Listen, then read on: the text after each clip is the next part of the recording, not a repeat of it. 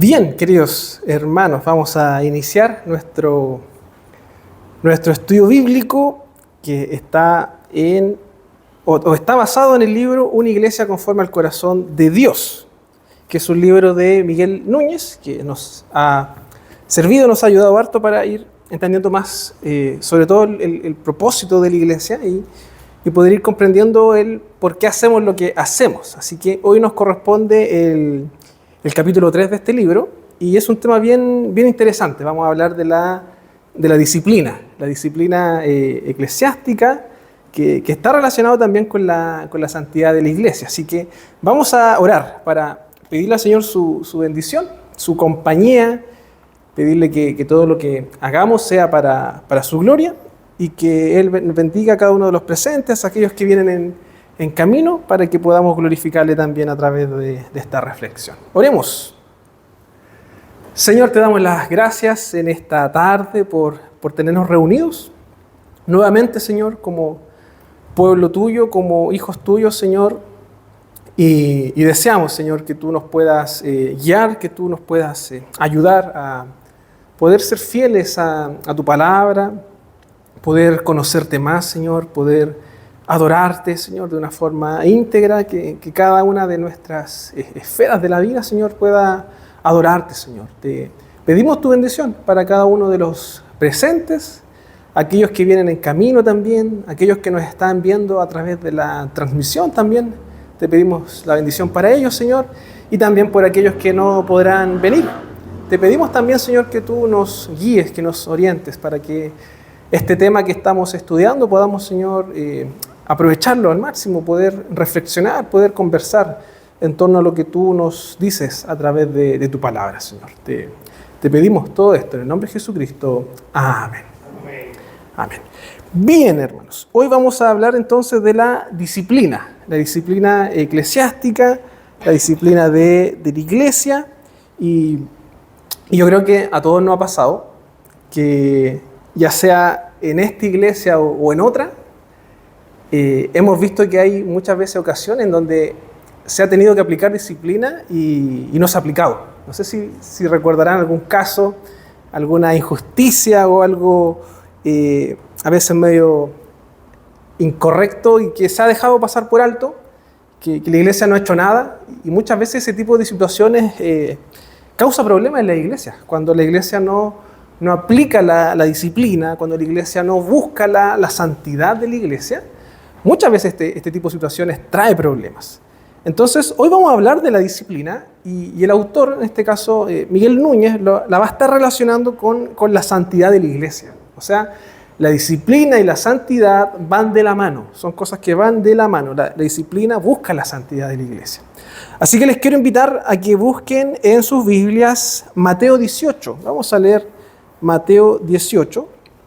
Por favor, búsquenlo para que puedan leerlo junto conmigo, Mateo 18.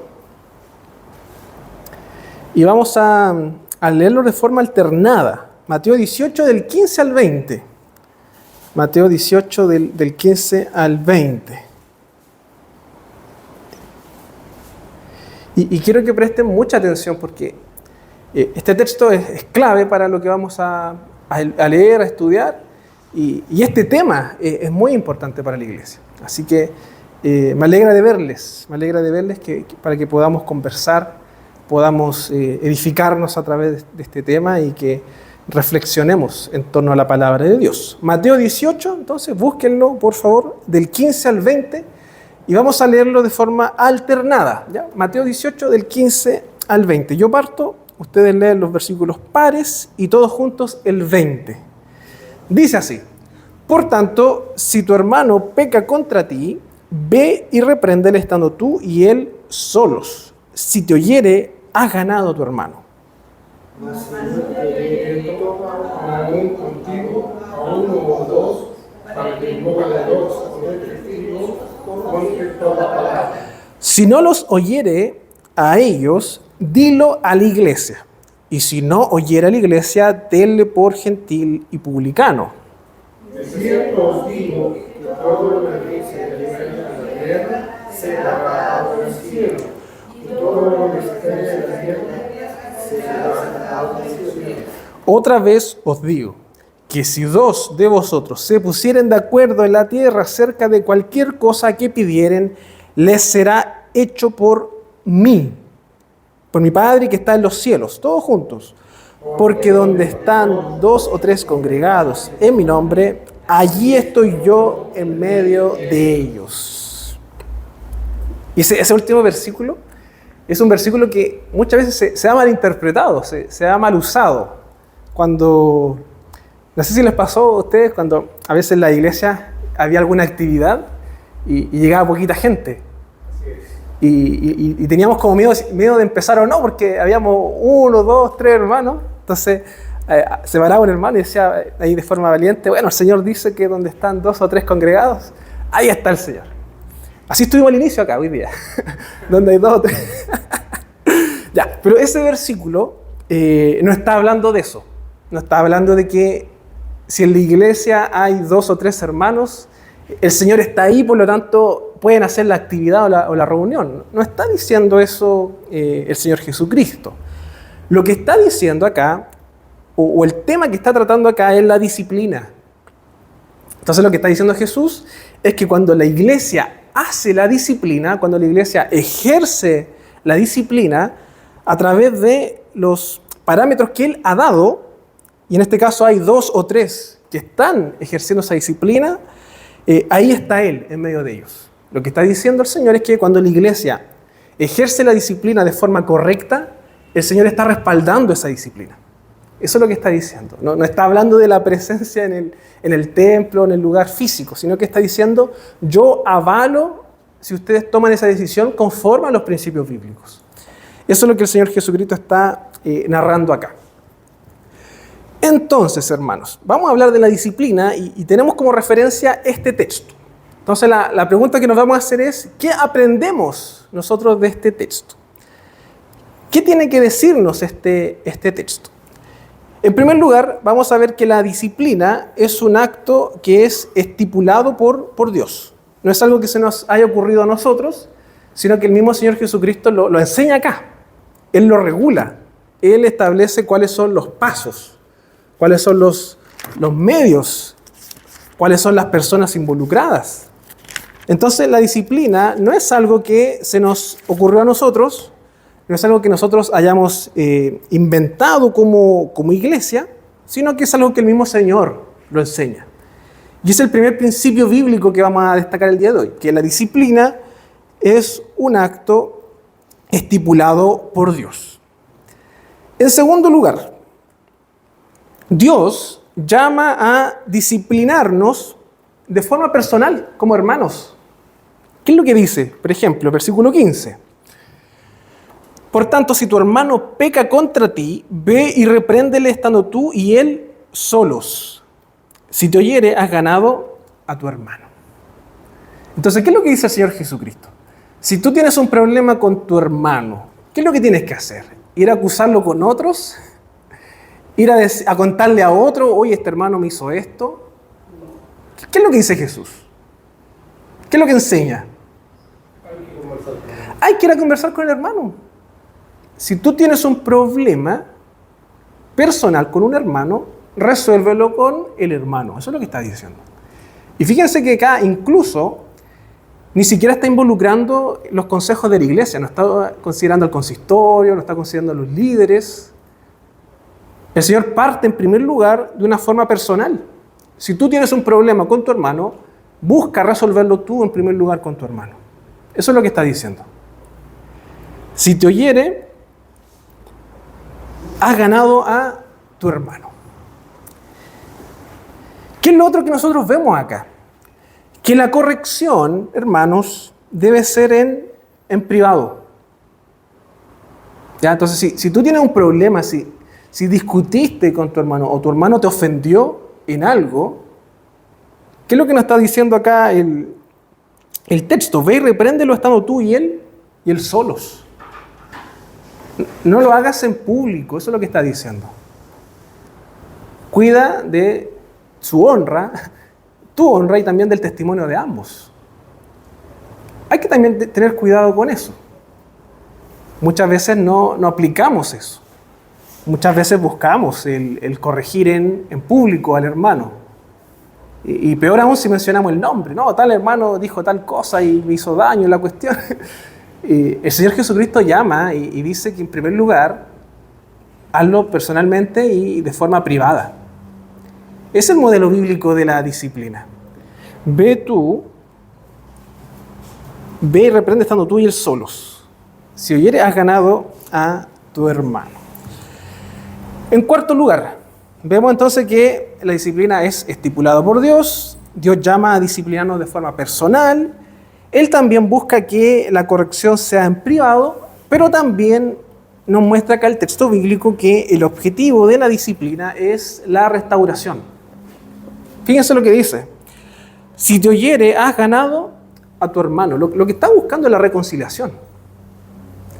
Fíjense cómo esta idea de la disciplina no busca el castigo. El foco de la disciplina no es el castigo ni el dolor. El foco de la disciplina es poder lograr la reconciliación, la restauración de la persona. Por eso dice, si te oyere, has ganado a tu hermano. ¿Qué es lo que señala el Señor Jesucristo? Que en caso de que este hermano, ya nos colocamos en el primer caso, que estás tú conversando con él, estás buscando aclarar la situación y que hay una reconciliación, si este hermano no te escucha o no quiere arrepentirse de eso, el mismo Señor nos llama a buscar testigos. Va a decir, versículo 16, mas si no te oyere, toma aún contigo a uno o dos testigos, o a uno o dos, para que en boca de 2 o 3 testigos conste toda palabra. Y eso está sustentado a través de la ley, ya que en Deuteronomio 19:15 también está esta idea de los testigos. Si alguien puede buscar Deuteronomio 19:15, por favor, para que lo lea. Sí, estamos en Mateo 18, del 15 al 20, y alguien que busque Deuteronomio 19:15. Por favor, léalo. No se tomará en cuenta a un solo testigo contra ninguno en cualquier delito ni en cualquier pecado, en relación con cualquier ofensa cometida. Solo por el testimonio de 2 o 3 testigos se mantendrá la acusación. Ya. Aquí lo que busca es tomarse también de la ley, que enseñaba esta idea de los testigos, de que las acusaciones tenían que también tener un respaldo a través de personas que también pudiesen testificar a favor o en contra de la situación. ¿Qué es lo que dice el Señor Jesucristo entonces? Si el hermano o la persona no te oyere, no está dispuesto a arreglar la situación, llama a 2 o 3. Ese es como el paso, segundo paso, por decirlo de alguna forma. Primer paso, forma personal. Segundo, testigos, 2 o 3. Y si no te hace caso, versículo 17 va a decir, si no los oyere a ellos, dilo a la iglesia. O sea, hay un nuevo paso. Si no te hacen caso o si no hace caso el hermano, en presencia de 2 testigos o de intermediarios, lo que está diciendo acá es dilo a la iglesia. Y si no oyera a la iglesia, o sea, ya el último recurso es tenlo por gentil y publicano. ¿Qué entendemos por gentil y publicano?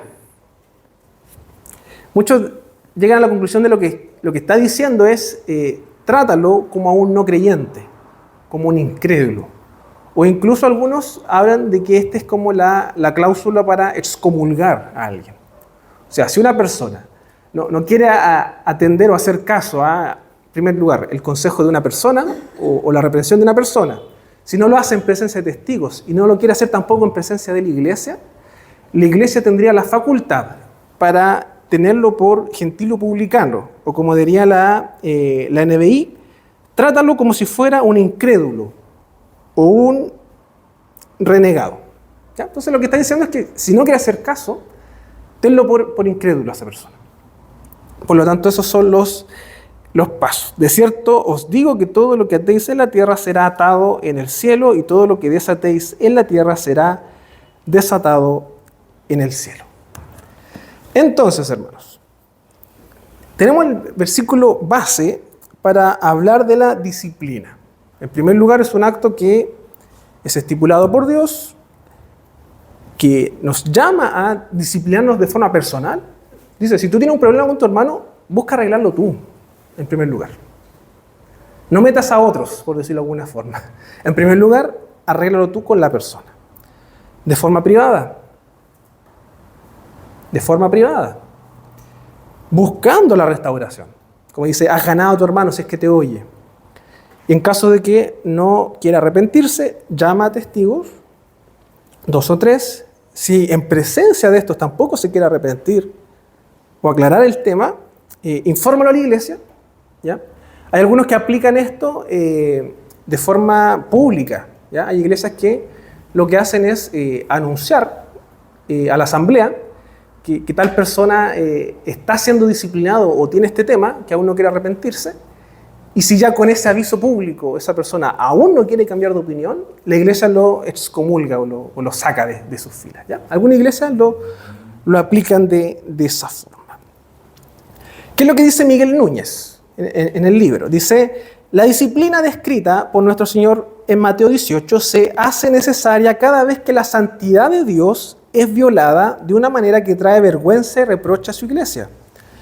En esos casos es necesario reivindicar la santidad del Señor, corregir al hermano que pecó y acompañarlo en un proceso disciplinario que lo restaure y que procure sanar las heridas y los daños causados, a la vez que se lo ayuda a fortalecer su carácter de manera tal que no vuelva a cometer esta misma falta. Fíjense, hay 2 elementos claves en cómo entendemos la disciplina. En primer lugar, la disciplina es necesaria cuando se transgreden principios bíblicos que van contra la santidad de la iglesia, la santidad de Dios. Actos como, por ejemplo, que traen vergüenza o reproche a la iglesia. Y el segundo punto es que debemos corregir, acompañar, a fin de restaurar y que el hermano o la persona pueda ser sanado y pueda fortalecer su carácter a fin de que no vuelva a caer. Esa es la idea de la disciplina. A veces pasa lo contrario, que la persona peca, cae, es disciplinada, y ¿qué es lo que hace la iglesia? Apunta con el dedo y básicamente lo trata como un pecador, sin gracia, sin misericordia, y muchas veces pasa eso. Muchas veces pasa eso. Pero la esencia de la disciplina es el amor. La esencia de la disciplina es la restauración. Es poder buscar que esa persona crezca en santidad, que no vuelva a caer en ese pecado. Hebreos 12, del 6 al 8, va a decir lo siguiente: porque el Señor al que ama, disciplina y azota a todo el que recibe por hijo. Si soportáis la disciplina, Dios os trata como a hijos. Porque, ¿qué hijo es aquel a quien el Padre no disciplina? Pero si se os deja sin disciplina, de la cual todos han sido participantes, entonces sois bastardos y no hijos. Más adelante en el versículo 11 va a decir: es verdad que ninguna disciplina al presente parece ser causa de gozo, sino de tristeza, pero después da fruto apacible de justicia a los que en ella han sido ejercitados. Por tanto, hermanos, la disciplina es un acto de amor. La disciplina es un acto de amor. Fíjense cómo lo compara el autor de Hebreos. Aquel que Dios tiene por hijo, disciplina. Si no lo tiene por hijo, en realidad no le interesaría disciplinar. Eso es lo que está diciendo.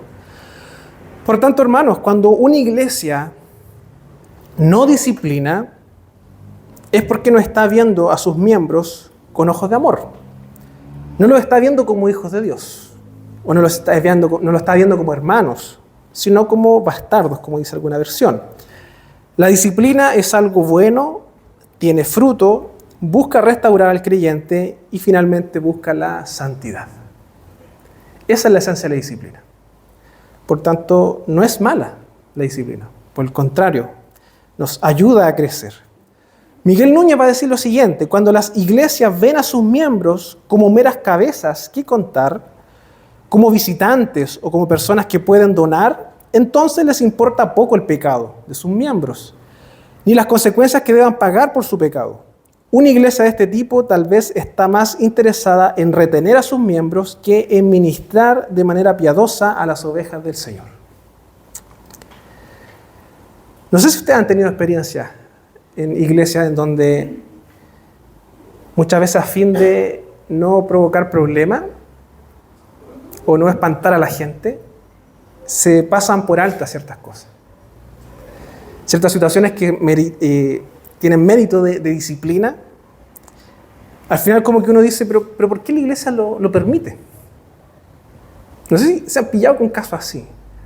Sí. O peor aún, cuando dicen, no, es que si hacemos eso la iglesia se va a dividir. Yo creo que hay un problema. Cuando nuestro foco no es la santidad de la iglesia, cuando nuestro foco no es glorificar a Dios y ponemos nuestro foco en las personas, yo creo que estamos equivocándonos. Y muchas veces las iglesias pasan por eso. Y entre lidiar con tener personas o retener personas o hacer disciplina a fin de santificar a la iglesia, muchas veces se escoge el retener a las personas. Y pasa sobre todo, y aquí no quiero pelar, pero sobre todo a veces con los pastores. Y es como que la disciplina para ellos no aplica. No sé si han visto casos así, como que ellos son inmunes a la disciplina. Entonces pasa muchas veces eso. Y a fin de eso se daña la espiritualidad, se daña la comunión, se daña la edificación y la madurez de la iglesia cuando se busca muchas veces resguardar ciertas cosas. Miguel Núñez va a decir lo siguiente: por lo tanto, la iglesia que representa el cuerpo de Cristo ha de mantenerse en santidad. Y si esa santidad es violada, es responsabilidad de los líderes de la iglesia aplicar la disciplina necesaria para que la iglesia pueda guardar su santidad. O sea, en primer lugar, ¿de quién es la responsabilidad? ¿De quién es? De los líderes. De los líderes. El texto de Efesios 5:27 nos dice que Cristo se dio a sí mismo por la iglesia a fin de presentársela a sí mismo una iglesia en toda su gloria, sin que tenga mancha ni arruga ni cosa semejante, sino que fuera santa e inmaculada. Entonces el propósito de Cristo es que la iglesia sea santa. El propósito de Cristo es que la iglesia no tenga manchas. Entonces, tengamos ojo con eso. Porque muchas veces el buscar la santidad de la iglesia es sinónimo que te digan legalista o fariseo. Ya se pusieron fariseos los hermanos. Ya se pusieron legalistas. No sé si ustedes han escuchado eso. Sí. Es una excusa muchas veces para pasar por alto ciertos pecados. Tenemos que buscar la santidad, hermanos. Tenemos que buscar la santidad. Pablo a los Corintios, en la primera carta, en el capítulo 1, cuando él saluda a la iglesia, versículo 1 al 3, Pablo va a decir lo siguiente: Pablo, llamado a ser apóstol de Jesucristo por la voluntad de Dios, y el hermano Sóstenes, a la iglesia de Dios que está en Corinto, a los santificados en Cristo Jesús, llamados a ser santos, con todos los que en cualquier lugar invocan el nombre de nuestro Señor Jesucristo, Señor de ellos y nuestro. Gracia y paz a vosotros, de Dios nuestro Padre y del Señor Jesucristo. Pablo acá ocupa un juego de palabras con el concepto de santidad o de santo. En el versículo 2 va a decir a la iglesia de Dios que está en Corinto, a los santificados en Cristo Jesús, llamados a ser santos. O sea, ¿cómo es la cosa? ¿Son santos o no son santos? Uno podría preguntarse eso. ¿Qué está diciendo Pablo? ¿Por qué está diciendo que son santificados, pero después que son llamados a ser santos? ¿Alguien sabe o a alguien se le ocurre por qué Pablo ocupa estos conceptos? O mejor dicho, ¿qué significan estos conceptos?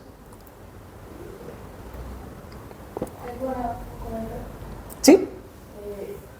Quizás porque uno cuando ya cree en el Señor, vas a estar como unido a Él, santo, pero después la santificación es un proceso de madurez, como el caminar de ser creyente. Bien. Y estamos llamados a buscar la santidad, o ir. Ya, a ver, si te entendí bien, Magda, lo que estás diciendo es que cuando uno cree, uno como que es santo, o es separado o unido a Cristo. Claro. Y por otro lado, uno es llamado a buscar la santidad. ¿Sí? No sé si las palabras son algo así, como que uno no va a hacer, no va a obtener la santidad de un día para otro. Ya, claro. Sí, está bien, está bien. Si tuviésemos que ocupar palabras técnicas o teológicas, se podría decir como esta idea de la santificación o santidad posicional, que tú eres santo, que Dios te escogió y te separó, porque santo, por si ustedes no lo sabían, no significa como algo sagrado, religioso, místico, que tiene poder. Santo en estricto rigor significa separado. Eso es santo. ¿Ya? Básicamente esa es la esencia de algo santo. ¿Ya? Este lugar no es santo porque tenga poder en sí mismo. ¿Ya? No es que si usted se para acá va a recibir más poder o más unción. ¿Ya? Yo recordaba iglesias donde se prohibía que los niños subieran, por ejemplo. Había quizá una idea de que este era un lugar más, no sé, de privilegio, no sé. Pero sí es santo en el sentido de que acá, por ejemplo, se para o está el que va a predicar. Pero no es que la persona sea especial ni tenga poder, sino que está ocupando un lugar que está separado para eso. Eso es lo que significa santo, ¿ya? Eso es santidad posicional. El creyente es santo porque el Señor lo separó del mundo, lo sacó del mundo. Y es el primer santo que menciona Pablo acá. A los santificados en Cristo Jesús. Separados. Si tú tienes fe, tú eres santo. El Señor te apartó, te sacó del mundo y te dio una nueva identidad, que estás unido a Cristo, como decía la Magda. Pero en segundo lugar está la santificación o santidad, que es progresiva. ¿Ya? Santidad posicional, eso nadie te lo quita, es un hecho puntual. Pero también está la santidad o santificación progresiva, que tiene que ver con nuestro caminar cristiano, con nuestro día a día, nuestras luchas. Cuando somos llamados a, por ejemplo, vencer el pecado, hacer morir el viejo hombre, buscar agradar a Dios. Si estás pecando en algo, dejar de pecar para agradar a Dios. Esa es la santidad progresiva, la santificación del creyente. Y nosotros estamos en ese proceso. Estamos en el proceso de santificación, en donde cada día buscamos ser más como Cristo. Cada día buscamos glorificar a Dios a través de la obediencia. ¿Ya? Esa obediencia o esa santificación no tiene como meta la salvación. ¿Ya? Porque la santidad posicional es la que te da la salvación. Que Dios ya te separó, eso ya te hace salvo.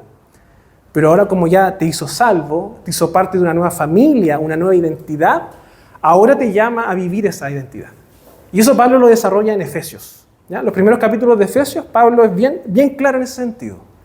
Que somos creados en Cristo Jesús para buenas obras también. ¿Ya?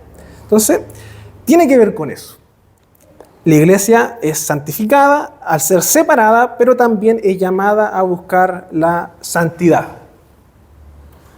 Como iglesia somos llamados a buscar la santidad. ¿Qué dice Miguel Núñez? Si una iglesia pierde el celo por la santidad de Dios, perderá también el celo por la disciplina. Es como consecuencia lógica. Si a la iglesia no le interesa la santidad, no le interesa glorificar a Dios a través de eso, no le va a interesar la disciplina. Y va a empezar a permitir un montón de cosas. Porque no le interesa la santidad. No le interesa glorificar a Dios. La Biblia nos dice que Dios es santo, 3 veces santo, de hecho. Y Dios también quiere que su iglesia sea santa.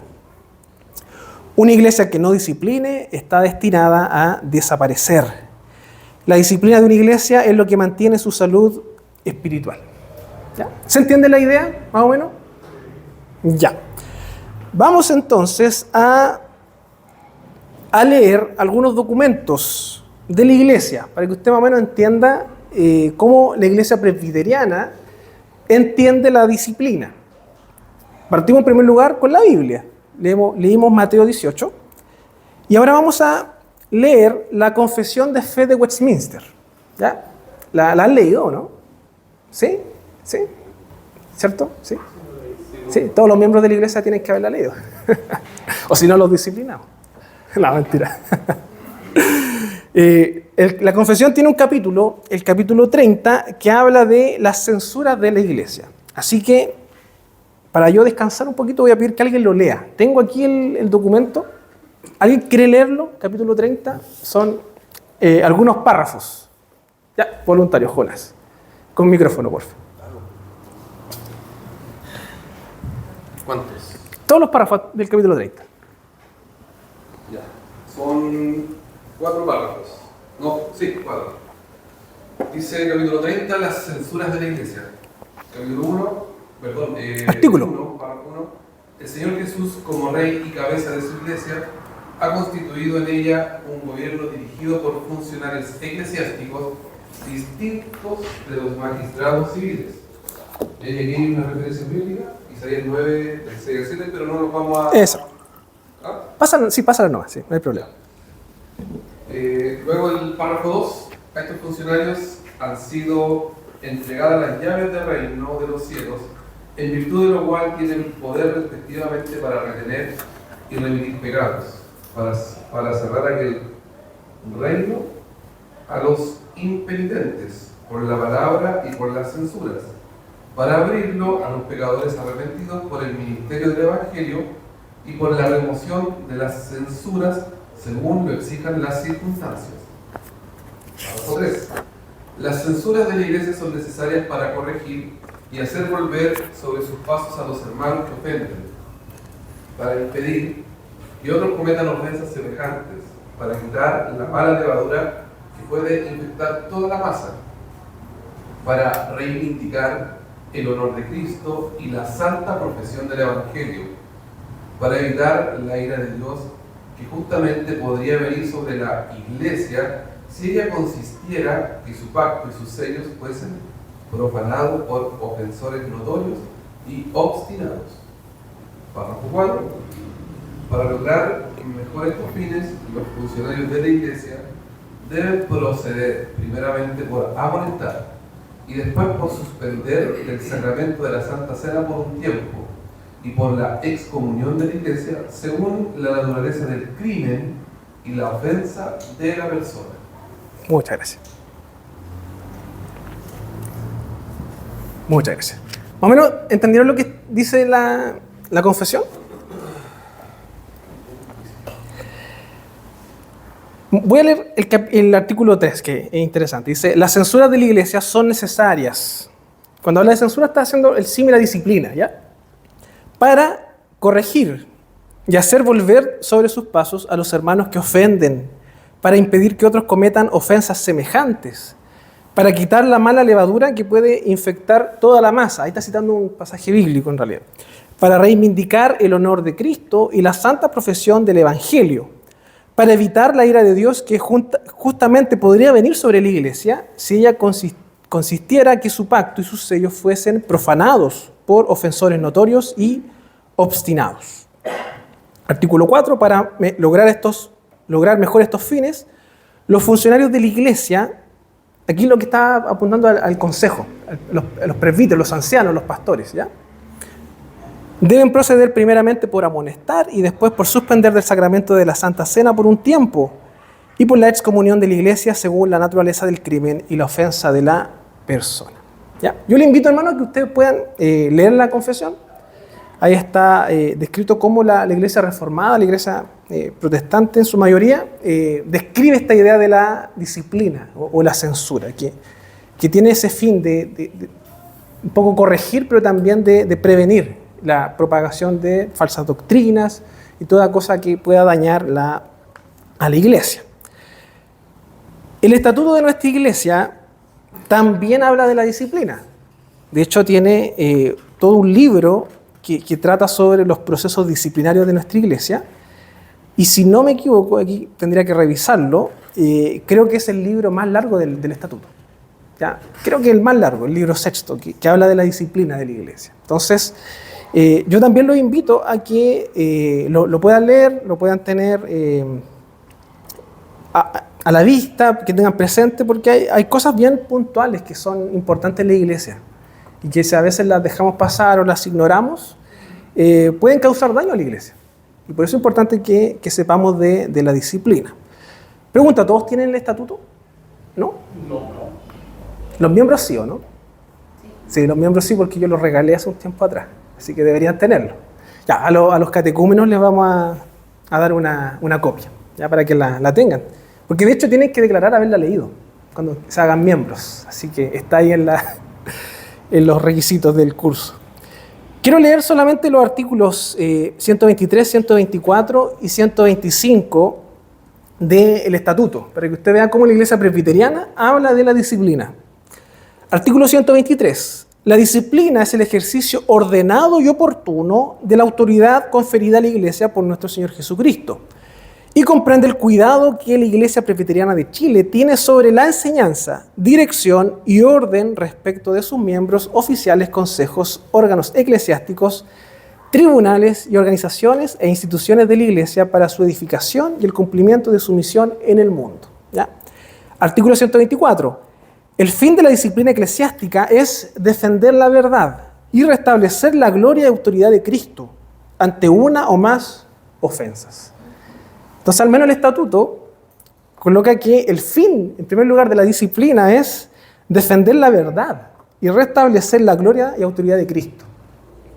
O sea, ni siquiera de las personas.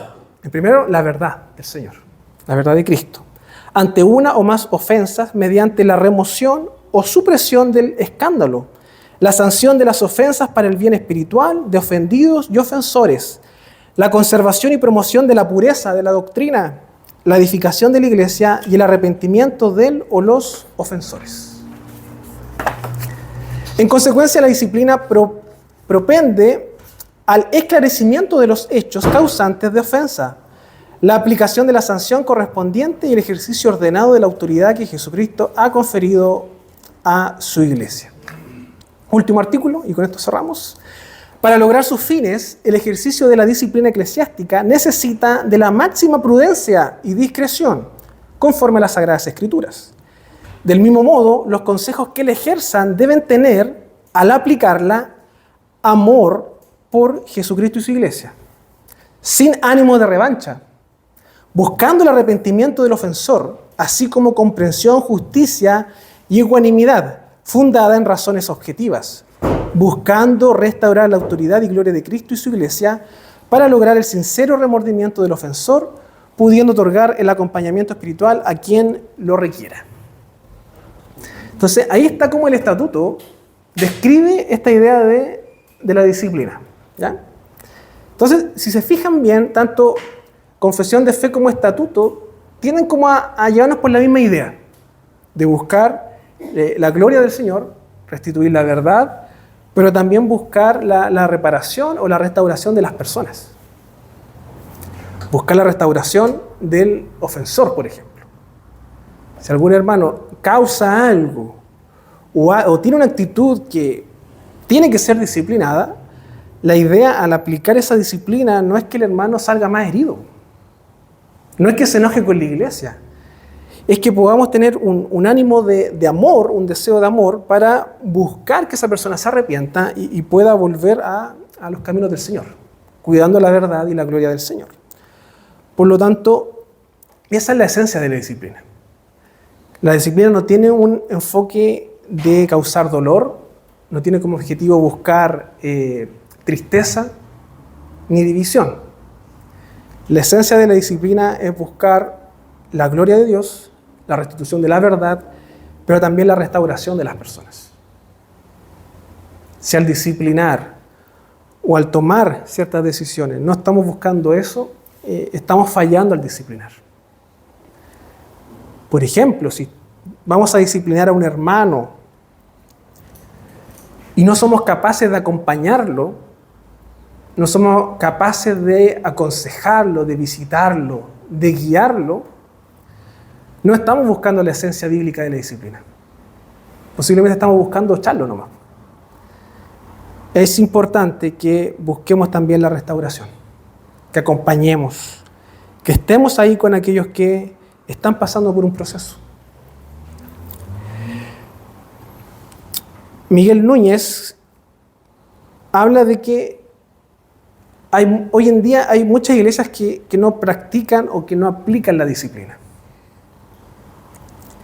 Y él da 3 razones por las cuales muchas veces las iglesias no aplican esto. Y la primera me llamó la atención, porque él dice que una de las razones por las cuales no se aplica la disciplina es la falta de interés por parte de los líderes de mantener la pureza de la esposa de Cristo, o sea, la pureza de la iglesia. O sea, si en una iglesia no se hace disciplina, en primer lugar es porque hay falta de interés de los líderes. Quienes están gobernando la disciplina, o quienes están gobernando la iglesia, y lo voy a decir de forma coloquial, les da lo mismo lo que se haga en la iglesia. Y eso es fuerte, porque a veces pasa también. A fin de agradar a la gente, a fin de llenar la iglesia, a fin de tener las bancas llenas, nos da lo mismo la espiritualidad de las personas. Hermano, ¿Sí? cuando usted menciona eso, yo creo que también pasa porque, bueno, lo vi,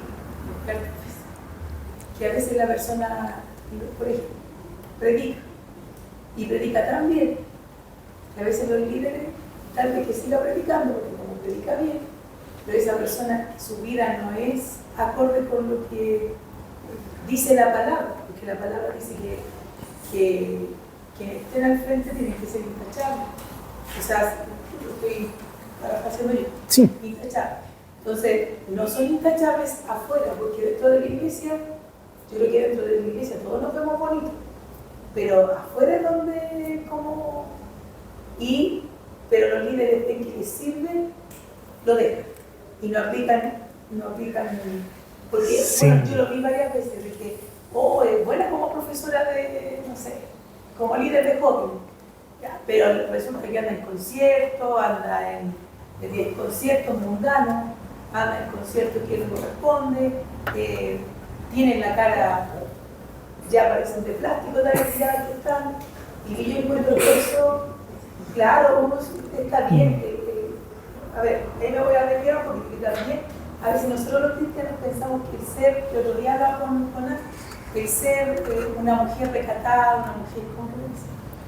Una mujer modesta, y andar con una falda bien larga, el pelo bien largo, y así como que, no, uno tiene que andar bien presentada, pero tampoco caer en las cosas que cae la vanidad extrema. Claro. Pero y también andar metido en cosas que no corresponden, como por ejemplo conciertos, donde claro, a mí me puede a lo mejor gustar no sé, Camilo Sesto, pero yo no me voy a ir a meter a un concierto de Camilo Sesto si yo sé lo que pasa en los conciertos de Camilo Sesto, no sé si me voy a explicar. Sí. Pero como me sirve ese líder, como lo hace tan bien como líder de jóvenes, yo lo dejo nomás y no le digo nada. Que eso es lo que pasaba, bueno, eso es lo que vimos. Claro. Sí, ahí, bueno, trataste dos aristas que tiene que ver con el testimonio del cristiano o del líder y por otro lado la libertad cristiana, ¿ya? Yo me voy a meter solamente en el testimonio porque el tema de la libertad cristiana da para otro tema y nos vamos a salir un poquito del tema, pero sí es importante eso, lo del testimonio. Si no me equivoco es Pablo, que en una de sus cartas, él habla a las mujeres, que tienen que vestirse no como las mujeres del mundo, sino que con obras en realidad, que demuestren que son cristianas. Entonces, también hay un principio bíblico ahí, de que quienes estén liderando, quienes estén enseñando o quienes sean referentes para la iglesia, tienen que tener también un buen testimonio. No puede ser que digan una cosa arriba, pero en su vida no estén viviendo eso. No sé si me doy a entender. Y yo creo que la iglesia también tiene que tener esos cuidados. Porque al final de cuentas quienes están liderando, enseñando, son referentes. Tienen que ser los modelos de guía o las guías para las próximas generaciones. Por lo tanto, si tú ves que quien está por delante no le interesa vivir una vida en santidad, yo creo que hay algo ahí que tiene que corregir primero. O sea, primero que corrija eso en su vida y después que enseñe. O primero que se enseñe a sí mismo y luego enseña a la iglesia. Y Pablo es claro también en ese sentido, cuando él da los requisitos para los ancianos o para los pastores de la iglesia. Él les dice a los varones que gobiernen bien su casa en primer lugar. Y después piensen en gobernar la iglesia. O sea, en primer lugar, tu vida personal, tu día a día, tiene que demostrar que tú realmente tienes al Señor como el Señor de tu vida. Y si no es así, arregla eso primero y después piensa en ser líder o gobernar la iglesia. Entonces, es un tema que a veces no se habla. ¿Ya? La disciplina, todos sabemos que existe, pero no se conversa mucho y se aplica muy poco. Se aplica muy poco. Y pasa también en las iglesias con a veces esta idea de utilitarismo, que también lo mencionaba la Claudia, y pasa. Aquellas personas que son las que más dan, son las más intocables en la iglesia a veces. ¿Cómo vamos a corregir a ese hermano si el que más da a la iglesia? ¿Cómo le vamos a privar de predicar si la iglesia se sostiene por él? Se nos va a enojar, se nos va a ir. Nos vamos a quedar sin esos ingresos. La iglesia a veces piensan así. Y ponen esta idea de las personas por sobre la gloria de Cristo. Ponen las personas por sobre la santidad de la iglesia. Y eso es importante. ¿Ya? Entonces, en primer lugar, la falta de interés por los líderes de mantener la pureza. Pero menciona otro aspecto importante. Y yo cuando lo leí, yo honestamente me sentí identificado con lo que él decía. Él dice que la segunda razón por la cual no se aplica la disciplina es por el egocentrismo, que tiene como fin que muchas veces ninguno de los hermanos quieran que se metan en su vida. No sé si a usted le ha pasado, pero a mí me ha pasado hartas veces. Que es como que te dicen, ya no, tú preocúpate de predicar nomás en la iglesia, pero en mi vida no te metáis. Y es raro eso, que un hermano te diga eso. O sea, entre comillas, soy su pastor, pero no quiere que lo pastoree. Es como una inconsecuencia. Jonás. Sí, que yo estaba pensando en ese punto porque lo que tú estabas diciendo anteriormente, yo decía ya, la disciplina es algo clave que tiene que estar dentro de la congregación. Pero, ¿cómo voy a aplicar la disciplina si no conozco a quienes están liderando o quienes están al frente?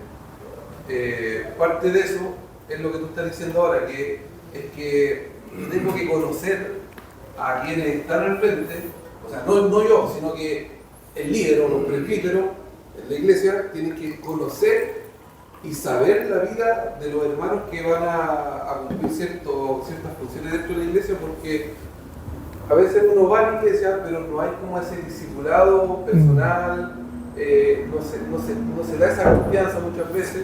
Claro. Y ahí caemos en un error de que como no estamos, y es fuerte decirlo, a lo mejor metiéndose en la vida personal de los feligreses, al final nunca vamos a saber si la persona está o no está en algo que puede causar daño a la iglesia. Sí, ahí igual es importante hacer la distinción en el sentido de que no es que uno quiera meterse en la vida y tomar las decisiones de la persona. Es conocerlo, es interesarse, es preocuparse por esa persona. Y yo creo que la falencia está por ambos lados.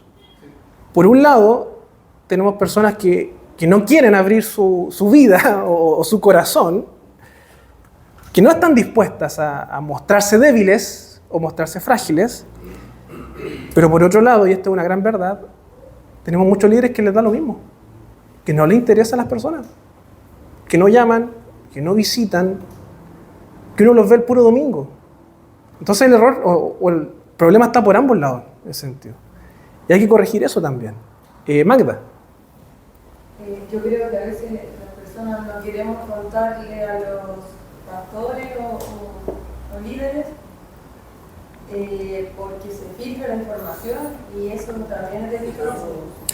Exactamente. Las personas que están al frente o dedicadas a la consejería o pastoreo, igual deberían tener como secretos de confesión o algo así. Por así decirlo. Sí. Igual uno abre su vida, su corazón, y con la intención de que uno lo ayude. Claro, y eso tiene que ver con la madurez de la iglesia en sí. Que si tú vas a escuchar a alguien o una persona te va a contar algo, independiente que sea el líder o no, incluso entre ustedes, ustedes tienen que tener presente de que esa persona está teniendo confianza en ti. Y está depositando su confianza en lo que están conversando en ese momento. Entonces, lo primero que uno esperaría es que lo que se conversó ahí quede ahí. Y si es que esa persona va a contárselo a otro, yo al menos creería que podría ser quizás la única razón es que lo que esté ocurriendo sea grave, que directamente no es un secreto, sino que tiene que ser corregido y pida ayuda. Yo creo que esa sería como una de las razones por las cuales uno podría faltar a eso. Pero en estricto rigor, cuando uno conversa, cuando uno tiene momentos de comunión y de conversaciones más privadas, está eso, de cuidar también a los hermanos. Y yo también trato de cuidarme en ese sentido. Y por eso yo les pido, hermanos, si ustedes tienen algo que decírmelo, díganmelo a mí. A veces pasa que los hermanos piensan de que por decírselo a algún familiar mío, yo me voy a enterar. No, hermanos, díganmelo a mí. ¿Ya? Mis papás no son mis secretarios, mis papás no son mis voceros tampoco. Si ustedes les cuentan algo a ellos, posiblemente ellos no me lo van a contar a mí. Si usted quiere decirme algo, dígamelo a mí. ¿Ya? Así nos evitamos también malos entendidos, cosas que podrían pasar. Es importante eso, hermanos, también. ¿Ya? Que cuidemos también la privacidad de la información. Una vez un pastor me decía, y aquí podemos estar de acuerdo o no, que incluso habían cosas en la iglesia o temas que él trataba en el consistorio que ni siquiera se los comentaba a su esposa. Yo encuentro que está bien. Yo creo que incluso hay cosas que cuando uno está liderando y tiene que resolver como consistorio, ni siquiera las esposas deberían saber. No es que uno desconfíe, pero igual está el peligro. Y yo creo que también hay que tener cuidado con esas cosas. Magda. Que una vez escuché a un predicador, que no voy a decir su nombre, que él decía... El del domingo pasado.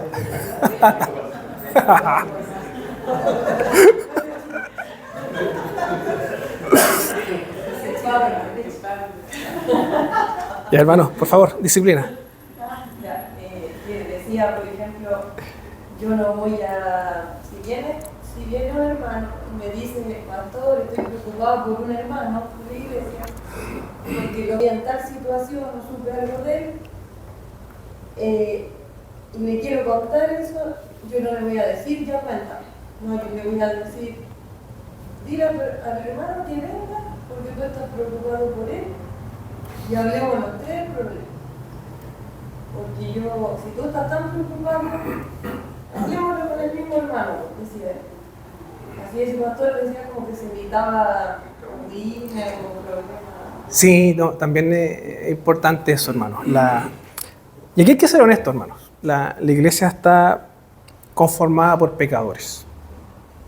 Nos duele decirlo. Y hay que cuidarse también de muchas cosas. Así que conmigo, hermanos, todo por escrito. ¿Ya? Todo por escrito. Así que, no que el hermano Gerson me dijo tal cosa, pida que después se lo rectifique por WhatsApp para que tenga el respaldo. Hay que cuidarse también, hermanos. Pero sí, hay que evitar muchas veces eso también. Y lo otro es que cuando a veces llega el comentario, oye, tal hermano hizo tal cosa o dijo tal cosa, haz algo. No, pues primero, yo creo que bíblicamente resuelve tú con él. Si no quiere, es lo que leíamos recién en Mateo, ahí llama a un testigo. Entonces también hay que tener cuidado con los procesos o los procedimientos que a veces por querer ayudar o querer evitarse cosas, uno la embarra. Y en vez de arreglar el problema, al final termináis metiendo a más gente en el asunto y al final es un cagüín y termina haciendo daño a la iglesia. Entonces también hay que tener cuidado con eso, ¿ya? Entonces el segundo punto era, primer punto, falta de interés de los líderes, ¿ya? Eso es como una, no sé si llamarlo pasividad, pero una falta de interés por buscar la pureza.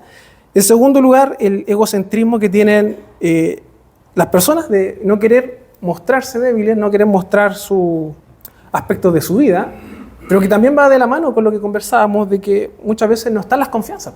Muchas veces la gente no demuestra ser confiable. Entonces, a examinarnos también en ese sentido. Y en tercer lugar, él menciona que hay un temor de los líderes de la iglesia a ser criticados y que la iglesia quede vacía. Ese es como el tercer punto, ¿ya? Este es como una... También es un tema de los líderes, pero ya es más activo, en el sentido de tener miedo a ser criticados o que la iglesia quede vacía, o que la gente se vaya. ¿Ya? Mientras escuchaba esto, se me vino a la mente una canción de los prisioneros. No sé si la he escuchado, Nunca queda mal con nadie. También pasa también eso. Que a veces, a fin de no querer quedar mal, se toleran muchas cosas, se acepta, o no se hacen cosas, a fin de querer tener a todos contentos. Entonces, hay que tener también cuidado con eso. Bien, vamos a ver quiénes son los que ejercen disciplina, según las Escrituras. En primer lugar, tenemos a Dios, quien ejerce disciplina. Hechos 5, si alguien lo tiene, que lo pueda leer. Hechos 5 del 1 al 11. Y otra persona busque 1 Corintios 11. Otra persona busque Proverbios 3:12. Y otra persona busque 1 Corintios 9. ¿Cuál tiene usted? Hechos 5 del 1 al 11. Hechos 5 del 1 al 11, ya. Para que se escuche. Pero cierto hombre llamado Ananías, consejero de mujer, vendió una heredad y sustrajo del precio sabiendo también su mujer. Y trayendo solo una parte, la puso en los pies de los apóstoles. Y dijo Pedro: Ananías, ¿por qué llenó Satanás tu corazón para que cumplieses el Espíritu Santo y sustrajeses del precio de la heredad, deteniéndola? ¿No se te quedaba a ti y vendida no estaba tu poder? ¿Por qué pusiste esto en tu corazón? No han mentido los hombres, sino a Dios. Al oír a Ananías estas palabras, cayó y expiró. Vino un gran temor sobre todo el que lo oyó. Levantándose los jóvenes, lo envolvieron y sacándolo, lo sepultaron. Pasado un lapso como de 3 horas, sucedieron por su mujer, no sabiendo lo que había acontecido. Entonces Pedro le dijo: dime, ¿vendiste en tanto la heredad? Y ella dijo: sí, en tanto. Y Pedro le dijo: ¿por qué convenisteis en tentar al Espíritu del Señor? He aquí a la puerta de los pies de los que han sepultado a tu marido y te sacarán a ti. Al instante ella cayó a los pies de él y expiró. Y cuando entraron los jóvenes, la hallaron muerta, la sacaron y la sepultaron junto a su marido. Y vino gran temor sobre toda la iglesia y sobre todos los que vieron estas cosas. Ya, muchas gracias. Entonces, ahí tenemos un caso de disciplina a temprana edad de la iglesia apostólica. Ananías y Zafira, que esto igual tiene que ver un poco con cómo la iglesia iba funcionando en sus primeros inicios, en el primer siglo, porque la verdad es que el capítulo 5 como que nos engaña al inicio, porque va conectado con el capítulo 4, porque parte con un pero. Entonces, ¿por qué pero? Porque nos está hablando al principio, versículo 36 del versículo 4, entonces José, a quien los apóstoles pusieron por sobrenombre Bernabé, que traducido es hijo de consolación, levita natural de Chipre, como tenía una heredad, la vendió y trajo el precio y lo puso a los pies de los apóstoles. Ese es como el contexto inmediato. Nos presenta la vida de los primeros cristianos, que ellos vendían y lo daban todo a la iglesia. Entonces vamos a ver que el tema de Ananías y Zafira no es que no hayan dado todo a la iglesia. El tema es que ellos mintieron. Ese es el pecado que se les juzga, ¿ya? Entonces nos muestra que cierto hombre llamado Ananías, con Zafira su mujer, vendió una heredad y sustrajo del precio, sabiendo también su mujer, y trayéndolo solo una parte, la puso a los pies de los apóstoles. O sea, aquí lo que ellos hacen es mentir en realidad. Ellos dijeron, o sea, ellos vendieron la propiedad a cierto precio, le quitaron un poco de ese valor y después dijeron, este fue el total por el cual vendimos la propiedad. O sea, estaban mintiendo. Y de hecho acá Pedro les dice, ¿por qué llenó Satanás tu corazón para que mintieses al Espíritu Santo y sustrajeses del precio de la heredad? Y aquí vemos un juicio inmediato de Dios, ¿ya? Hoy en día, por la misericordia de Dios, estas cosas no pasan. O sea, ¿se imagina que cada vez que un hermano mienta? Pero esto ocurrió, y esto está narrado aquí. Y aquí vemos un juicio de Dios, una disciplina inmediata. Podría haber sido que los apóstoles lo hayan sancionado, lo hayan aplicado algún castigo, alguna disciplina. No, aquí fue el mismo Señor el que disciplinó a la iglesia en su temprana formación. 1 Corintios 11, del 23 al 32. ¿Alguien lo tiene? 1 Corintios 11, del 27 al 32, perdón. Hermana Adriana.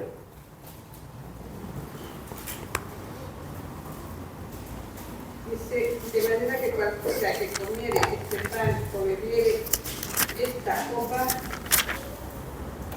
del Señor indignamente será culpado del cuerpo y de la sangre del Señor. Por tanto, pruébese cada uno a sí mismo y coma así del pan y beba de la copa.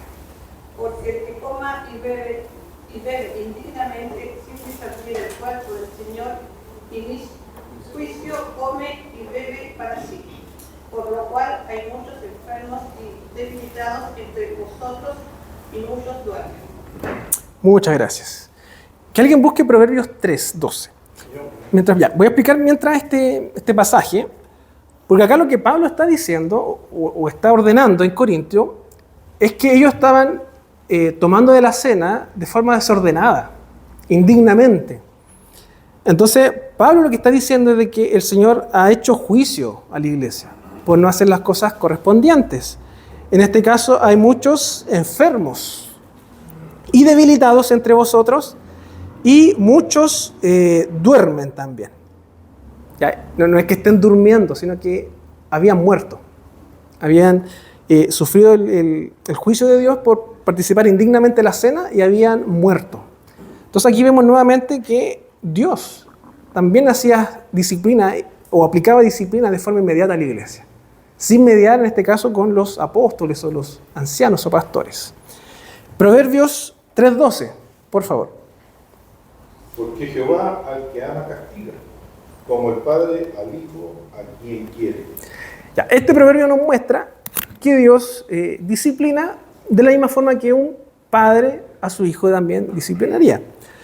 Entonces vemos de que los padres también son llamados a ejercer disciplina sobre los hijos. ¿Ya? Y ahí tiene mucho sentido lo que Pablo les dice a los pastores o a los presbíteros, que tengan a sus hijos en sujeción. O sea, los padres tienen esa labor. 1 Corintios 9, y otra persona busque Romanos 13. 1 Corintios 9, del 24 al 27. Si alguien lo tiene, que lo lea.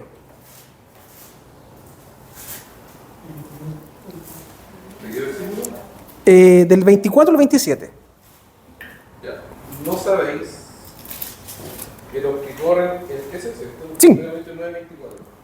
¿No sabéis que los que corren en el estadio, todos a la verdad corren, pero uno solo se lleva el premio? Corred de tal manera que lo obtengáis. Todo aquel que lucha, de todo se abstienen ellos, a la verdad, para recibir una corona corruptible, pero nosotros una incorruptible. Así que yo de esta manera corro, no como a la aventura, de esta manera peleo, no como quien golpea el aire, sino que golpeo mi cuerpo y lo pongo en servidumbre, no sea que habiendo sido heraldo para otros, yo mismo venga a ser eliminado. Ya. Aquí Pablo no está hablando de la salvación, Pablo está hablando de la carrera cristiana o la santidad. Y él se compara como un atleta, ya que aquí está escribiendo en un contexto griego, en donde también está muy en boga, por decirlo de alguna forma, esta idea de atletas, de competidores, Juegos Olímpicos, si quieren relacionarlo con Grecia. Y él toma ese ejemplo de que él, como cristiano, se compara con un corredor.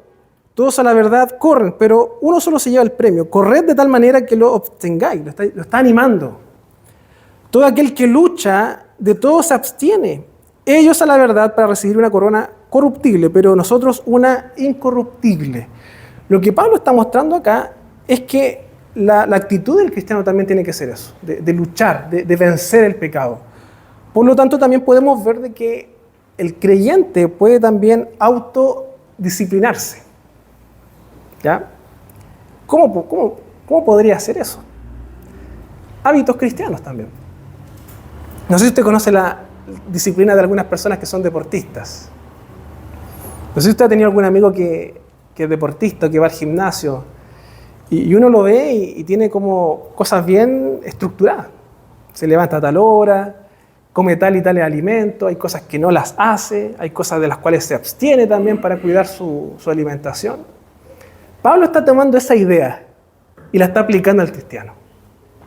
O sea, si tú quieres correr esta batalla, quieres vencer, también tienes que disciplinarte, tener ciertos hábitos, renunciar a ciertas cosas de forma voluntaria.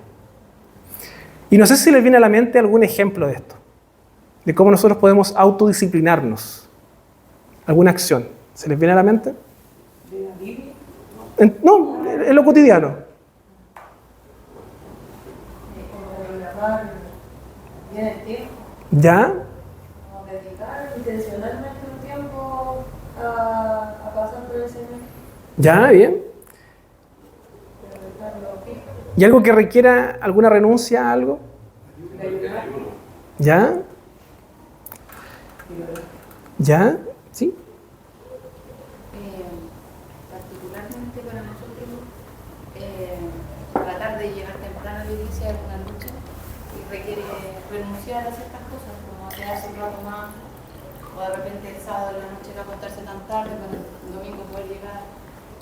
Para nosotros como creyentes es un tema y es algo en lo que hacemos, todavía nos cuesta, pero seguimos luchando hasta llegar al día en que cada día lleguemos más temprano, pero no por cumplir ni por servir, sino porque entendemos que también es el día del Señor, es una ofrenda agradable al Señor y queremos darle lo mejor al Señor. O sea, lo hemos entendido así, como no Claro. lo que nos queda, no lo que de cualquier manera, sino con esforzándonos, porque obviamente a uno le cuesta el domingo en la hora de levantarse, particularmente más que otros días, y es como un sacrificio, como decía el versículo, como presento mi cuerpo en sacrificio. Eso Sí. Sí, y por ejemplo, no sé, pues, la típica de los hermanos, ¿eh? Cuando dicen, no, es que no tengo tiempo en la semana para leer la Biblia. Hermano, usted ocupa tiempo en otras cosas.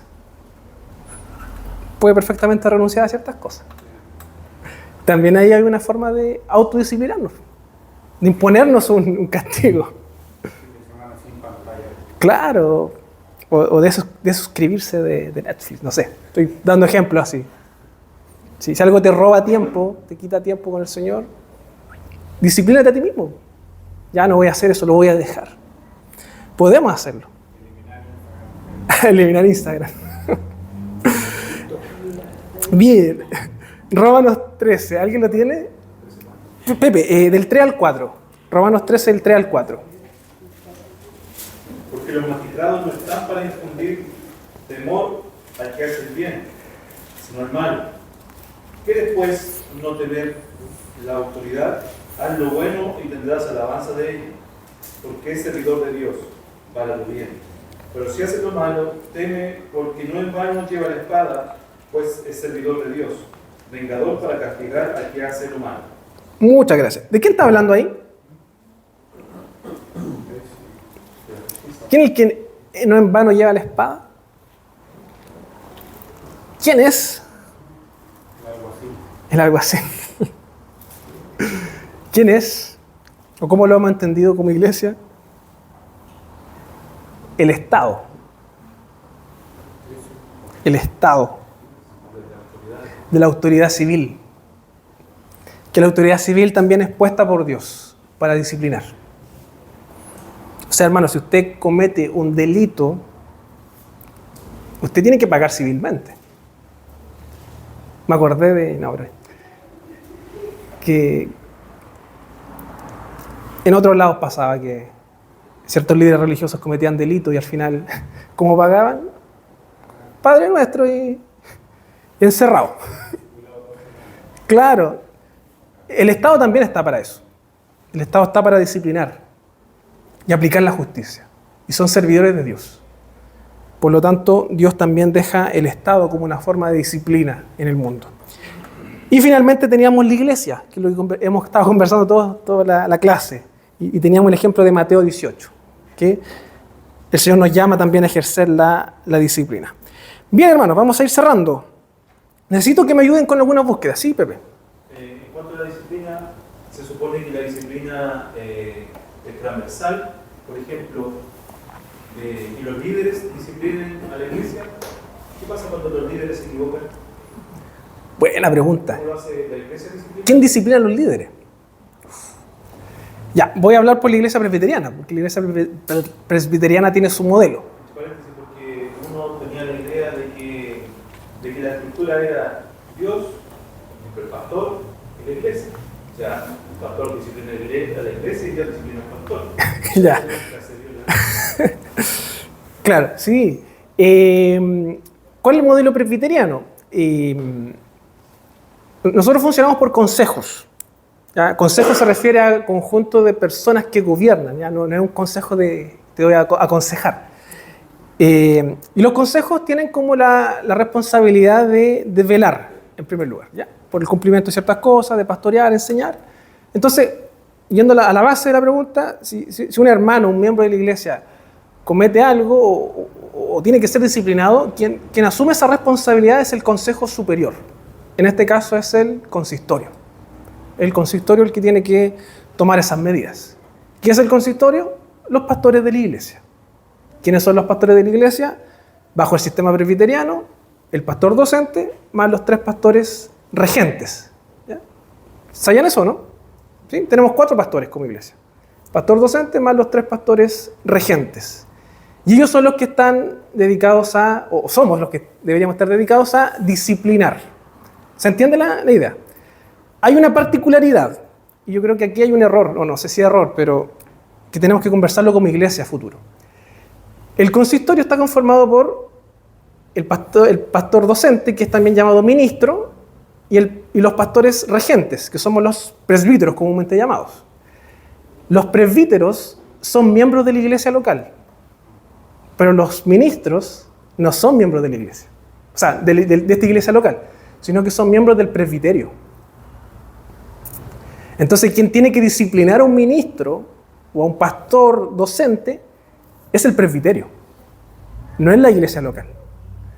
Entonces, eso igual genera un poco de burocracia en la iglesia. Porque en estricto rigor, si lo pensamos bajo el modelo ideal, un pastor está en la iglesia, está 24/7 en la iglesia. Por lo tanto, la lógica sería de que la iglesia o el consistorio sea el que lo discipline, lo juzgue. Pero dado esa particularidad, el consistorio no puede disciplinar a un pastor. ¿Ya? Esa es la idea.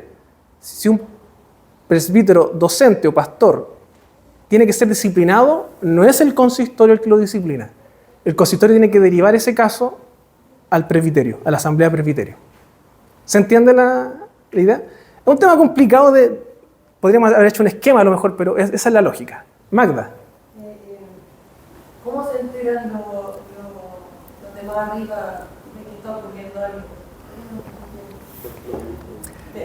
O sea, ¿lo supervisan? ¿No están como hacen el encuentro? Es una pregunta difícil esa. Te podría decir cuál es el caso ideal y cuál es la práctica. El caso ideal es eso. El presbiterianismo funciona en torno a eso, de que son consejos los que supervisan consejos. Esa es la esencia del presbiterianismo. No es una idea de iglesias locales independientes. Somos independientes de ciertas cosas, pero nuestras acciones también son supervisadas por otros consejos, y en este caso un presbiterio. Y el presbiterio es el encargado de supervisar eso. ¿Cómo lo supervisa? Es muy difícil, porque el presbiterio se reúne 2 veces al año. para recibir informes, hablar de temas administrativos, temas económicos, políticos incluso dentro de la iglesia, pero de tomarse el tiempo para conversar sobre la salud espiritual de las iglesias locales, yo creo que es muy poco el tiempo que se da. Y eso es una crítica que yo hago a la iglesia presbiteriana, de que a veces ocupamos más tiempo en cosas administrativas, más que en ocuparnos realmente de la salud espiritual de la iglesia. Y hay un tema. Ese es como el mundo ideal, ¿ya? Pero así debería ser y tenemos que apuntar a eso. A que nuestros delegados de iglesia se preocupen de eso cuando estén en las asambleas de presbiterio. Que pregunten cómo están los pastores, cómo está la salud de los pastores. Si están bien o no, cómo está la iglesia o no. Preocuparnos de esas cosas. Pero a veces nos preocupamos de números nomás. Entonces también ahí está el punto. Pero tenemos que partir por acá. Partamos por casa primero, como se dice. Y así podemos ir impartiendo el modelo hacia arriba. ¿Ya? Hermanos, necesito algunos textos rápidamente. Tito 3.10, ¿quién lo va a buscar? Tito 3.10, que levante la mano. Ya, Pepe. Romanos 16.17, ¿quién lo busca? Hermano Ismael. 1 Corintios 5, hermano Legario. 1 Timoteo 5.19, Jonás. Y 1 Timoteo 1, Magda. Ya, ahí sí, ahí los tengo a todos. Ya, entonces, y con esto vamos cerrando, hermanos, porque nos hemos extendido harto. ¿Cuándo impartir la disciplina? Ese es el tema. ¿Cuándo se debe impartir? ¿En qué situaciones? Según la Escritura. Entonces, Tito 3.10. ¿Alguien lo tiene? Pepe, por favor. Dice, varón de que causa divisiones, después de una y otra amonestación, deséchalo. Ya, muchas gracias. Romanos 16.17. ¿Alguien lo tiene? Mas os ruego, hermanos, que os fijéis en los que causan divisiones y tropiezos en contra de la doctrina que vosotros habéis aprendido, y que os apartéis de ellos. Ya, entonces los que causan división. ¿En base a qué? A falsas doctrinas. ¿Ya? No es un tema de que no, que el hermano se enojó y dividió la iglesia. No, aquí lo que está apuntando es a aquellos que causan división a causa de falsas doctrinas, enseñando cosas heréticas. A esos hay que excluirlos, echarlos. Eso es lo que dice la Escritura. Todos aquellos que tiendan a dividir la iglesia merecen disciplina. 1 Corintios 5, del 1 al 11, por favor. De cierto se oye que hay entre vosotros fornicación, y tal fornicación la cual ni aún se nombre entre los gentiles, tanto que alguno tiene la mujer de su padre. Y vosotros estáis envanecidos. ¿No debierais más bien haberos lamentado para que yo fuese quitado de en medio de vosotros el que cometió tal acción? Ciertamente yo, como ausente en cuerpo, pero presente en espíritu, ya como presente he fijado a quitar cosa a ello. En el nombre de nuestro Señor Jesucristo, reunidos vosotros y mi espíritu, con el poder de nuestro Señor Jesucristo, el tal sea entregado a Satanás para destrucción de la carne, a fin de que el espíritu sea salvo en el día del Señor Jesús. No es buena vuestra jactancia. ¿No sabéis que un poco de levadura leuda toda la masa?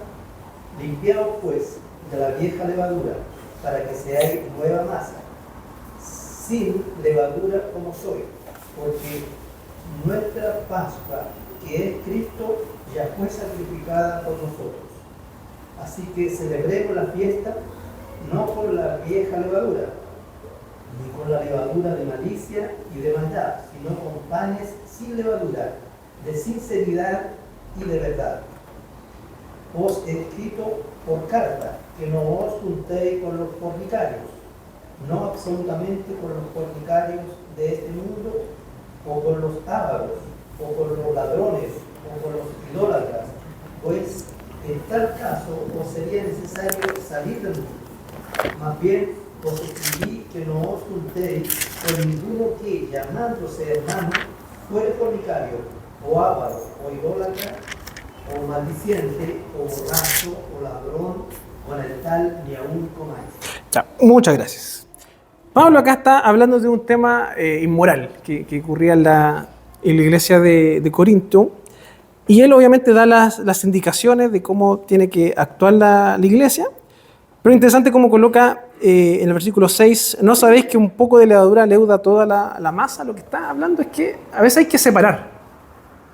Cuando hay casos que son complejos, que involucra inmoralidad o la honra de la iglesia, es necesario hacer disciplina. Eso es lo que está diciendo. El testimonio de la iglesia también, la honra de la iglesia. Por eso también es importante que tengamos cuidado con eso, hermanos, ¿ya? Entonces, yo les pongo un caso, no sé. Si un hermano tiene mal testimonio afuera y un historial de vida repudiable por el mundo, ¿debería predicar en la iglesia siendo que la gente del mundo lo ve? Yo creo que no. Yo creo que también la iglesia tiene que hacer ese tipo de disciplinas o autoanálisis. ¿Cómo está el testimonio de las personas que están por delante, aquellos que están enseñando? Por lo tanto, si hay pecados que corrompen la moral o la pureza, también tienen que ser disciplinados. 1 Timoteo 5:19. Jonás. Contra un anciano no admitas acusación, sino con 2 o 3 testigos. ¿Ya? ¿Y 1 Timoteo 5:20, 21? ¿Alguien lo tiene? 1 Timoteo 5:20, 21. Ya, por favor. A los que persisten en pecar, repréndelo delante de todos, para que los demás también teman. Te encarezco delante de Dios y del Señor Jesucristo y de sus ángeles escogidos, que guardes estas cosas sin prejuicios, no haciendo nada con parcialidad. Sí, ahí, hasta el 21, ¿cierto? Sí, ¿Hasta el 21? Sí, ya. Entonces también habla aquí de los líderes de la iglesia, ¿ya? En primer lugar, habla Timoteo de las falsas acusaciones, que también está basado en Números 12, si alguien lo que después leer Números 12, pero también habla que aquellos líderes que cometen pecados o estén en falta deben ser disciplinados también, ¿ya? Finalmente, 1 Timoteo 1, creo que la Magda lo tenía, del 18 al 20. Este mandamiento, hijo Timoteo, te encargo, para que conforme a las profecías que se hicieron antes en cuanto a ti, milites por ellas la buena milicia, manteniendo la fe y buena conciencia, desechando la cual naufragaron en cuanto a la fe algunos, de los cuales son Himeneo y Alejandro, a quienes entregué a Satanás para que aprendan a no blasfemar. Himeneo y Alejandro. ¿Qué está diciendo Pablo? ¿Que los entregó a quién? Lo que está diciendo es como que lo echó, los comulgó de la iglesia, lo entregó al mundo, a sus pecados. ¿Por qué? Porque ¿qué estaban haciendo? Blasfemando, ¿cierto? Entonces también las falsas doctrinas son merecedoras de disciplina. Eso es importante, hermanos. Las falsas doctrinas, todas aquellas cosas que nos desvían del Evangelio, deben ser corregidos. Gálatas 6, del 1 al 3, dice lo siguiente: hermanos, si alguien es sorprendido en pecado, ustedes que son espirituales deben restaurarlo con una actitud humilde. Pero cuídese cada uno porque también puede ser tentado. Ayúdense unos a otros a llevar sus cargas y así cumplirán la ley de Cristo. Si alguien cree ser algo cuando en realidad no es nada, se engaña a sí mismo. Cuídese cada uno porque también puede ser tentado. Ayúdense unos a otros a llevar sus cargas y así cumplirán la ley de Cristo. Pablo invita a la iglesia a que puedan ayudarse mutuamente a restaurarse, a buscar la edificación de la iglesia. ¿Bien? Vamos a orar, hermanos, para terminar esta clase. Vamos a agradecer al Señor por esto. Y luego, si nos queda tiempo, conversamos unas preguntitas, ¿ya? Pero vamos a orar para finalizar la transmisión. Señor, te damos las gracias por esta tarde, noche, en donde hemos estado reunidos para conversar acerca de tu palabra y ahora, de forma especial, sobre la disciplina. De cómo tú, Señor, también guardas, cuidas la santidad de tu iglesia, cuidas, Señor, el testimonio y por sobre todo tu gloria, Señor. Te pedimos que tú nos bendigas, que nos ayudes a ser una iglesia fiel a tu palabra, ser una iglesia que te busca, una iglesia que te ama, Señor, que no piensa en las personas o números, sino que piensa en tu verdad, en lo que tú has revelado, Señor, y en tu santidad, Señor. Ayúdanos a ser fiel a eso, a preocuparnos y ocuparnos por buscar, Señor, siempre que tu verdad sea anunciada, que toda falsa doctrina sea corregida, que todo mal testimonio pueda ser restaurado, Señor. Que a la hora de hacer disciplina, a la hora de corregir, Señor, podamos hacerlo con amor, que ejerzamos el amor, que nunca tengamos por objetivo el dañar, el causar dolor a las personas o que se vayan, Señor, sino que en primer lugar que podamos buscar tu verdad amando a nuestros hermanos, Señor. Que esa sea siempre nuestra motivación. Te pedimos, Señor, que tú nos bendigas, que tú nos guardes y que podamos, Señor, ser una iglesia que te glorifica. Te pedimos todo esto en el nombre de Jesucristo. Amén.